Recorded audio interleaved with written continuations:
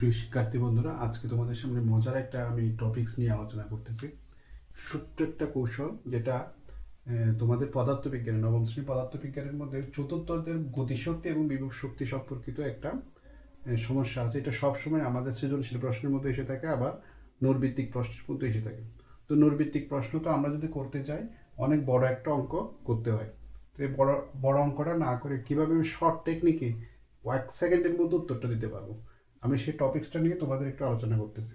কীরকম প্রশ্নটা হতে পারে, যদি বলা হয়ে থাকে একটি বস্তু 30 ফিটের উচ্চতা থেকে মুক্তভাবে পড়ছে, মানে এইটা একটা বস্তু, এই বস্তুটা 30 বা 35 মিটার উচ্চতা থেকে ছেড়ে দিলে এটা ভূমিতে পড়তে থাকবে। তাহলে এই যে 35 মিটারটা আছে, এখানে কোন জায়গায়, মানে কোথায় গতিশক্তিটা বিভব শক্তির দ্বিগুণ অথবা 3 গুণ অথবা অর্ধেক হবে।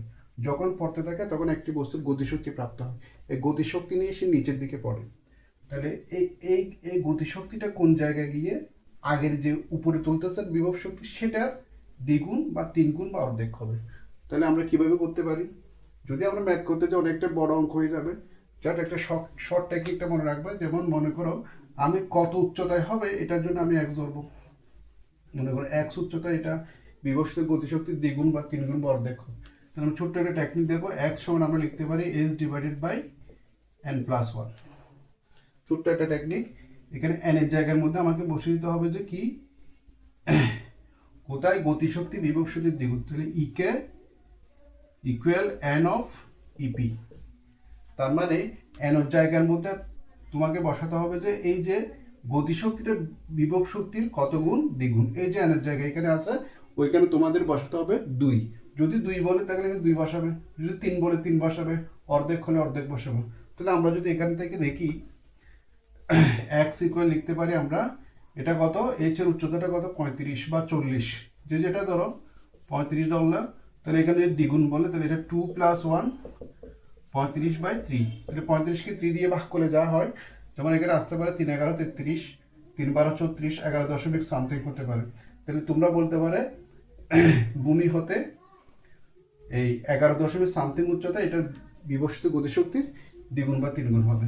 যদি মনে করো তোমাকে এখানে দিল যে 40 ফিটের উপর থেকে এটাকে ছেড়ে দিল, তাহলে কত উচ্চতায় গিয়ে এটার গতিশক্তি বিভব শক্তি দ্বিগুণ বা 3 গুণ হতে পারে। তখন হবে যে আবার এক্স, আমরা ধরলাম এক্স মিটার উচ্চতায় হতে পারে।